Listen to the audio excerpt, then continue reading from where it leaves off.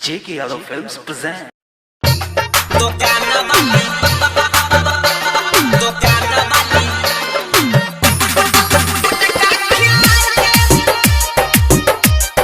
JK Yadav Films.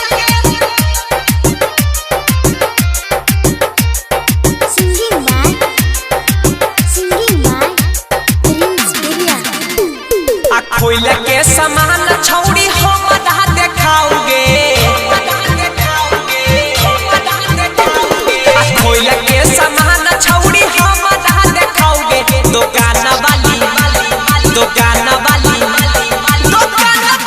छौड़ी एको गुटका खिलाओगे दुकान वाली छौड़ी एको गुटका खिलाओगे राजनिवास चाहिए कोई भी मोला लाओगे आगे शर्मावे छिटिए गे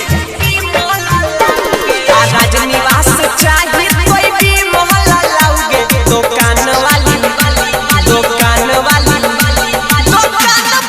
छौड़ी एको गुटका खिलाओगे दुकान वाली छौड़ी एको गुटका खिलाओगे DJ Vicar. JK Yadav Films. दुकान वाली मटियार कला सीतामढ़ी।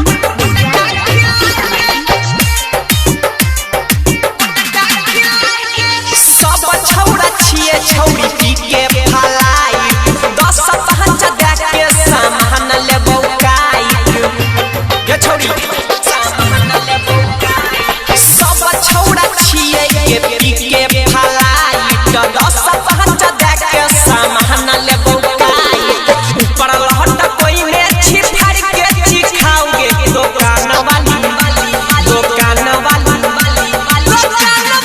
छौड़ी एको गुटका खिलाओगे दुकान वाली छौड़ी एको गुटका खिलाओगे दुकान वाली छौड़ी एको गुटका खिलाओगे DJ Vicar.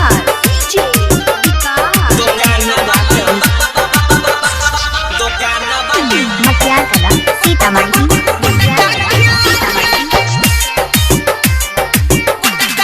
देख के बनावे पीर सदा के जतारा हमरा नहीं देवी तू देवी के करा ये छौ देख के बनावे पीर सदा के जतारा हमरा नहीं देवी तो देवी के करा राई का पपन के हाथ पर चिखाओगे दुकान वाली